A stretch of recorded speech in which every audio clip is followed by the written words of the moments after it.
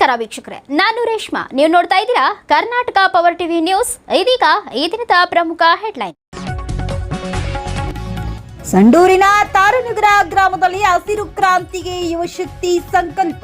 ಗಣಿಗಾರಿಕೆ ಕೈಗಾರಿಕೆ ನಡೆಯುವ ಹಸಿರಿಗಾಗಿ ಹೋರಾಟ. 1 ಲಕ್ಷ ಗಿಡಗಳ ಗುರಿಯೊಂದಿಗೆ ಸಂಡೂರು ಯುವಶಕ್ತಿ.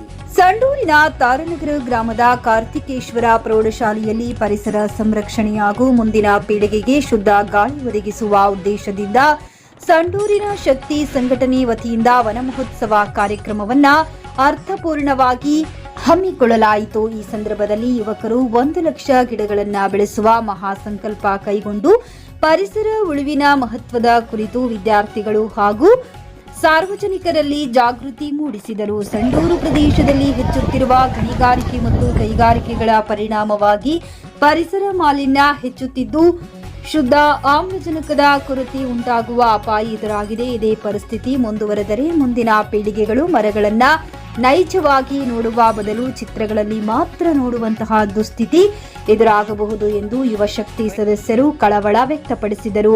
ಇಂದು ನಾವು ನೆಡುವ 1 ಗಿಡವೇ ನಾಳಿನ ಜೀವ ಉಳಿಸುವ ಆಮ್ಲಜನಕದ ಮೂಲವಾಗಲಿದೆ ಎಂಬ ಸಂದೇಶದೊಂದಿಗೆ ಪ್ರತಿಯೊಬ್ಬರೂ ಕನಿಷ್ಠ 1 ಗಿಡ ನೆಟ್ಟು ಅದರ ಸಂರಕ್ಷಣೆಯ ಹೊಣೆಗಾರಿಕೆ ವಹಿಸಬೇಕೆಂದು ಕರೆ ನೀಡಿದರು. ಕಾರ್ಯಕ್ರಮದಲ್ಲಿ ಶಾಲೆಯ ಮುಖ್ಯೋಪಾಧ್ಯಾಯರು, ಶಿಕ್ಷಕರು, ವಿದ್ಯಾರ್ಥಿಗಳು ಹಾಗೂ ಸಂಡೂರು ಶಕ್ತಿ ಸಂಘಟನೆಯ ಪದಾಧಿಕಾರಿಗಳು ಮತ್ತು ಸದಸ್ಯರು ಭಾಗವಹಿಸಿ ಗಿಡ ನೆಡುವ ಮೂಲಕ ಪರಿಸರ ಸಂರಕ್ಷಣೆ ತಮ್ಮ ಬದ್ಧತೆಯನ್ನ ವ್ಯಕ್ತಪಡಿಸಿದರು. ಈ ಸಂದರ್ಭದಲ್ಲಿ ಅಧ್ಯಕ್ಷರಾದ ಹರೀಶ್ ಗೌಡಾಜಿ, ಉಪಾಧ್ಯಕ್ಷ ಹೊನ್ನೂರ್ ಸ್ವಾಮಿ, ಪ್ರಭುಕುಮಾರ್, ಮಲ್ಲಿಕಾರ್ಜುನ್, ದೇವರಾಜ್ ಟಿ, ವರದಿಗಾರರು ಮೊಹಮ್ಮದ್ ರಫಿ, ಬಳ್ಳಾರಿ ಜಿಲ್ಲೆ. ಕಾಡು ಬೆಳೆಸಿ ನಾಡು ಉಳಿಸಿ, ಕಾಡು ಉಳಿದರೆ ನಾಡು ಉಳಿಯುತ್ತದೆ. ಊರಿಗೊಂದು ಮನೆಗೊಂದು ಮರ, ಊರಿಗೊಂದು ವನ, ಮನೆಗೊಂದು ಮರ, ಮನೆಗೊಂದು ಮರ, ಊರಿಗೊಂದು ವನ. ಹಸಿರೇ ನಮ್ಮ ಉಸಿರು, ಹಸಿರೇ ನಮ್ಮ ಉಸಿರು. ಎಲ್ರಿಗೂ ನಮಸ್ಕಾರ. ನನ್ನ ಹೆಸರು ಜಿ ರಮೇಶ್, ಮುಖ್ಯೋಪಾಧ್ಯಾಯರು ಶ್ರೀ ಕಾರ್ತಿಕೇಶ್ವರ ಪ್ರೌಢಶಾಲೆ ತಾರನಗರ. ಇಲ್ಲಿ ಈ ದಿನ ನಮ್ಮ ಶಾಲೆಯ ಆವರಣದಲ್ಲಿ ಸಂಡೂರಿನ ಯುವಶಕ್ತಿ ಸಂಘದ ವತಿಯಿಂದ ವನ ಮಹೋತ್ಸವ ಕಾರ್ಯಕ್ರಮವನ್ನು ಹಮ್ಮಿಕೊಳ್ಳಲಾಗಿದೆ. ಇದರ ಉದ್ದೇಶ ಅವರು ಏನು ಇಟ್ಕೊಂಡಿದ್ದಾರೆ ಅಂದರೆ 1 ಲಕ್ಷ ಗಿಡಗಳನ್ನು ಬೆಳೆಸಬೇಕು, ಸಾರ್ವಜನಿಕ ಸ್ಥಳಗಳಲ್ಲಿ 1 ಲಕ್ಷ ಗಿಡಗಳನ್ನು ಬೆಳೆಸಿ ನಾಡನ್ನು ರಕ್ಷಿಸಬೇಕು ಅನ್ನೋ ಒಂದು ಸಂಕಲ್ಪ ಮಾಡ್ಕೊಂಡ್ಬಿಟ್ಟು ಅವರು ಪ್ರತಿಯೊಂದು ಶಾಲೆಯಲ್ಲಿ ಗಿಡಗಳನ್ನು ನೆಡಬೇಕು ಅಂತಕ್ಕಂಥ ನಮ್ಮ ಶಾಲೆಗೆ ಮೊದಲನೇದಾಗಿ ಬಂದು ಕಾರ್ಯಕ್ರಮ ಮಾಡ್ತಿದ್ದಾರೆ. ಅವರಿಗೆ ಧನ್ಯವಾದಗಳನ್ನು ಸಲ್ಲಿಸ್ತಾ ಇದ್ದೀವಿ. ಇದೇ ರೀತಿ ಗಿಡಗಳನ್ನು ಬೆಳೆಸೋದ್ರ ಜೊತೆಗೆ ಅವನ್ನ ಉಳಿಸ್ಕೊಂಡು ಹೋಗೋದು ಬಹಳ ಮುಖ್ಯ. ಇಲ್ಲಿ ಸುತ್ತಮುತ್ತ ಬರ್ತಕ್ಕಂಥ ಹಳೆ ವಿದ್ಯಾರ್ಥಿಗಳಾಗಲಿ, ಕ್ರಿಕೆಟ್ ಆಡೋಕ್ಕೆ ಬರೋರಾಗಲಿ, ಬೇರೆ ಬೇರೆಯವರು ಬಂದ್ಬಿಟ್ಟು ನಾವು ಸುಮಾರು ಗಿಡಗಳನ್ನು ಪ್ರತಿ ವರ್ಷವೂ ಕೂಡ ಜೂನ್ 5 ವಿಶ್ವ ಪರಿಸರ ದಿನಾಚರಣೆ ಆಚರಿಸಿಬಿಟ್ಟು ವಿಶ್ವ ಪರಿಸರ ದಿನಾಚರಣೆಯನ್ನು ಆಚರಿಸಿ ಸುಮಾರು ಗಿಡಗಳನ್ನು ನೆಡ್ತೀವಿ. ನಮ್ಮ ವಿದ್ಯಾರ್ಥಿ ಕೂಡ ಆ ಕಾರ್ಯಕ್ರಮ ಮಾಡಿಸ್ತೀವಿ. ನಾವು ಎಲ್ಲ ಇನ್ವಾಲ್ವ್ ಆಗ್ತೀವಿ. ಆದರೆ ದುರದೃಷ್ಟವಶಾತ್ ಏನಾಗುತ್ತೆ, ನಾವು ಬೇಸಿಗೆ ರಜೆಯಲ್ಲಿ ಈ ಗಿಡಗಳೆಲ್ಲ ಹಾಳಾಗೋಗ್ಬಿಡ್ತವೆ. ಬೇಸಿಗೆ ರಜೆ ಬಿಟ್ಟು ಬೇರೆ ರಜಾ ದಿನಗಳಲ್ಲಿ ಅವನ್ನ ಕಾಪಾಡ್ಕೊಳ್ಳೋದಕ್ಕೆ ಸಾರ್ವಜನಿಕರು ಮುಂದಾಗಬೇಕು, ಎಲ್ಲ ಹಳೆ ವಿದ್ಯಾರ್ಥಿಗಳು ಮುಂದಾಗಬೇಕು, ಎಲ್ಲ ಶಕ್ತಿ ಸಂಘಗಳು ಅಧ್ಯಕ್ಷರು, ಉಪಾಧ್ಯಕ್ಷರು, ಪದಾಧಿಕಾರಿಗಳೆಲ್ಲ ಇದು ನಮ್ಮ ಶಾಲೆ, ನಮ್ಮ ಊರು, ಇಲ್ಲಿ ಗಿಡ ಮರ ಬೆಳೆದ್ರೆ ನಮ್ಗೆ ಅನುಕೂಲ ಆಗುತ್ತೆ, ಬಿಸಿಲನ್ನು ತಡಿಬಹುದು, ಮಳೆ ಹೆಚ್ಚು ಬರ್ತದೆ, ಇದರಲ್ಲಿ ಆಮ್ಲಜನಕ ಕೂಡ ಹೆಚ್ಚು ಗಿಡ ಮರಗಳಿಂದ ಆಮ್ಲಜನಕ ಬಿಡುಗಡೆ ಆದರೆ ಈ ಸುತ್ತಮುತ್ತ ಪರಿಸರ ಚೆನ್ನಾಗಿರುತ್ತೆ, ನಾವೆಲ್ಲ ಉಪಯೋಗ ಮಾಡ್ಕೋಬಹುದು ಆಮ್ಲಜನಕನ ಅಂತೇಳಿ ನಾನು 2 ಮಾತುಗಳನ್ನು ಈ ಮೂಲಕ ನಾನು ಹೇಳ್ತಾ ಇದ್ದೀನಿ. ಜೈ ಹಿಂದ್, ಜೈ ಕರ್ನಾಟಕ. ಮತ್ತೆ ಶಾಲೆಯ ಕಾರ್ಯದರ್ಶಿಯಾಗಿ ಇಲ್ಲಿ ಕಾರ್ಯನಿರ್ವಹಿಸುತ್ತಿದ್ದೇನೆ. ನನ್ನ ಹೆಸರು ಚಕ್ರಪಾಣಿ. ಈ ವನ ಮಹೋತ್ಸವ ಕಾರ್ಯಕ್ರಮ ಇಲ್ಲಿ ಕಾರ್ತಿಕೇಶ್ವರ ಶಾಲೆಯಲ್ಲಿ ಹಮ್ಮಿಕೊಂಡಿರೋದು ಇದು ಒಂದು ಒಳ್ಳೆಯ ಕಾರ್ಯಕ್ರಮ, ಉತ್ತಮ ಬೆಳವಣಿಗೆ.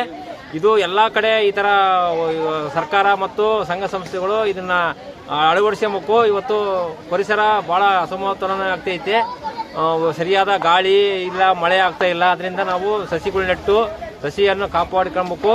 ಮುಂದಿನ ದಿನಗಳಲ್ಲಿ ಈಗ ನಾವು ಮಳೆ ಆಗ್ತಿಲ್ಲ, ಆಮೇಲೆ ಸರಿಯಾದ ಗಾಳಿ ಸಿಗ್ತಾ ಇಲ್ಲ. ಅದರಿಂದ ನಾವು ಅದನ್ನು ಇದು ಮಾಡ್ಕೋಬೇಕಪ್ಪ ಅಂದರೆ ನಾವು ಗಿಡ ಮರಗಳನ್ನ ನೆಡಬೇಕು.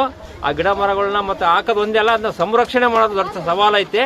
ಅದನ್ನು ನಾವು ಮೆಟ್ಟಿ ನಿಲ್ಲಬೇಕು. ಎಲ್ಲ ಯುವ ಶಕ್ತಿ, ಆಮೇಲೆ ಊರಿನ ಗ್ರಾಮಸ್ಥರು ಕೂಡ ಇದು ನಮ್ಮ ಶಾಲೆ, ಇದು ನಮ್ಮ ಸೊತ್ತು ಅನ್ನೋದು ಸ್ವಂತಕ್ಕೆ ಬಂದಾಗ ಮಾತ್ರ ಅವೇರ್ನೆಸ್ ಅರಿವು ಬಂದಾಗ ಇದು ಯಶಸ್ವಿ ಆಗ್ತದೆ ಈ ಕಾರ್ಯಕ್ರಮ. ಮುಂದಿನ ದಿನಗಳಲ್ಲಿ ಈಗ ಇವರು 1 ಲಕ್ಷ ಕಾರ್ಯಕ್ರಮ ಹಾಕ್ಬೇಕಂತ ಯೋಜನೆ ಅನ್ಕೊಂಡಿದ್ದಾರಲ್ಲ, ಯಶಸ್ವಿ ಆಗಲಿ ಅಂತ ನಾನು ಬಯಸ್ತೀನಿ. ಅಂತೇಳಿ ಈ ಒಣ ಮಹೋತ್ಸವ ಕಾರ್ಯಕ್ರಮವನ್ನು ಕಾರ್ತಿಕೇಶ್ವರ ಪ್ರೌಢಶಾಲೆಯಲ್ಲಿ ಹಮ್ಮಿಕೊಂಡಿರ್ತಕ್ಕ ಯುವಕರಿಗೆ ತುಂಬ ಹೃದಯದ ಧನ್ಯವಾದ. 1 ಲಕ್ಷ ಗಿಡಗಳನ್ನು ನಡೆಸಬೇಕಾದ್ರೆ ಎಲ್ಲರೂ ಸಪೋರ್ಟ್ ಬೇಕು, ಒಬ್ಬರ ಕೈಲಾಗಲ್ಲ, ಎಲ್ಲರೂ ಚಪ್ಪಾಳೆ ತಟ್ಟಬೇಕು. ಈ ಹುಡುಗರು ಇಲ್ಲಿ ಸ್ಟೂಡೆಂಟ್ ಆದರೂ ಕೂಡ ನಮ್ಮ ಗಿಡ ನಮಗೆ ಇದು ಏನು ಕೊಡ್ತದೆ, ಗಿಡ ಆಕ್ಸಿಜನ್ ಕೊಡ್ತದೆ. ನಮಗೆ ಆಕ್ಸಿಜನ್ ಇಲ್ಲ ಬದುಕೋಕ್ಕಾಗಲ್ಲ. ಈ ಗಾಳಿ ಬೆಳಕು ಎಂಬುದೇನು ಅದು ಪ್ರತಿಯೊಂದು ಮುಖ್ಯ ಮನುಷ್ಯರಿಗೆ.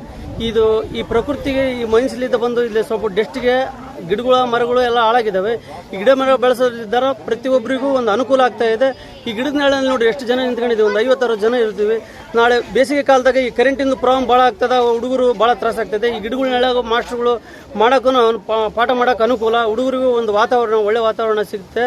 ಇದಕ್ಕೆ ಎಲ್ಲ ಅಧಿಕಾರಿ ವರ್ಗದವರು ಸಾಥ್ ಕೊಡಬೇಕು. ಒಬ್ಬ ಬಿ ಡಿ ಒ ಆಗಲಿ ಈ ಗಿಡ ನೆಟ್ಟಾರಂದ್ರೆ ಅವ್ರಿಗೊಂದು ಪ್ರೋತ್ಸಾಹ ಕೊಡಬೇಕು. ಅವ್ರ ಕೈಲಿ ಏನಾಗುತ್ತೆ, ಈ ಉದ್ಯೋಗ ಖಾತ್ರಿ ಜಾಬ್ ಕಾರ್ಡ್ನಿಂದ ಅವ್ರಿಗೆ ನೀರು ಹಾಕೋ ವ್ಯವಸ್ಥೆ ಮಾಡಿಕೊಡ್ಬೇಕು. ಇವೆಲ್ಲ ಸ್ಪಂದಿಸ್ಬೇಕು ಅಧಿಕಾರಿಗಳು ಅಂತೇಳಿ ನಮ್ಮ 2 ಮಾತುಗಳು ಹೇಳ್ತೀವಿ. ಅಂತದ್ದು ಸೊಂಡೂರು ಯುವಶಕ್ತಿಯ ಸದಸ್ಯ. ನಾನು ಒಂದು ಮನವಿ ಮಾಡ್ಕೊತೀನಿ ಸೊಂಡೂರು ತಾಲೂಕಿನ ಯುವಕರಿಗೆಲ್ಲರಿಗೂ, ಇಲ್ಲಿ ಕಾಡು ಎಷ್ಟು ಹಾಳಾಗಿದೆನೋ ಅಷ್ಟೇ ಗಿಡ ನೆಡೋಣ. ನಮ್ಮ ಕೈಲಿ ಎಷ್ಟು ಗಿಡ ಆಗುತ್ತೆ ಅಷ್ಟು ನೆಡ. ನಾವು 1 ಲಕ್ಷ ಗಿಡ ನೆಡಬೇಕಂತಂದು ಮುಂದೆ ಬಂದಿದ್ವಿ ಸೊಂಡೂರು ಯುವಶಕ್ತಿ ಅಂತ ಸಂಘ ಕಟ್ಕೊಂಡು.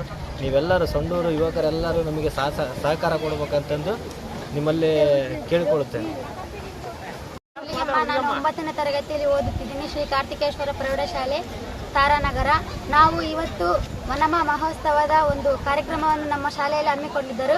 ನಾವು ಇದರಿಂದ ಒಂದು ತಿಳ್ಕೊಂಡ್ವಿ, ಏನೇ ಆಗಲಿ ಎಂಥದ್ದೇ ಬರಲಿ, ನಾವು ನಮ್ಮ ಮನೆಗಳ ಮುಂದೆ ಒಂದೊಂದು ಗಿಡನಾಗಲಿ ಬೆಳೆಸಿ ನಾಡನ್ನು ಉಳಿಸ್ತೀವಿ, ಪರಿಸರ ಬೆಳೆಸಿ ನಾಡನ್ನು ಉಳಿಸ್ತೀವಿ. ಹಾಗೆ ಈ ಒಂದು ನಮ್ಮ ಶಾಲೆಯಲ್ಲಿ ಯಾರಾದರೂ ಒಬ್ಬರು ಸಾಲು ಮರದ ತಿಮ್ಮಕ್ಕ ಹಾಗೆ ಆಗ್ತೀವಿ ಎಂದು ಹೇಳ್ಕೊಂಡು ನನ್ನ ಮಾತುಗಳನ್ನು ಮುಗಿಸ್ತೀನಿ. ನೈಜ ಸುದ್ದಿಗಾಗಿ ನಿರಂತರವಾಗಿ ನೋಡ್ತಾ ಇರಿ ಕರ್ನಾಟಕ ಪವರ್ ಟಿವಿ ನ್ಯೂಸ್. ನೀವು ಇನ್ನು ನಮ್ಮ ಚಾನೆಲ್ ಸಬ್ಸ್ಕ್ರೈಬ್ ಮಾಡಿಲ್ಲ ಅಂದ್ರೆ ಕೂಡಲೇ ನಮ್ಮ ಚಾನೆಲ್ ಸಬ್ಸ್ಕ್ರೈಬ್ ಮಾಡಿ, ಲೈಕ್ ಮಾಡಿ, ಕಮೆಂಟ್ ಮಾಡಿ, ಶೇರ್ ಮಾಡಿ ಮತ್ತು ಬೆಲ್ ಐಕಾನ್ ಪ್ರೆಸ್ ಮಾಡಿ.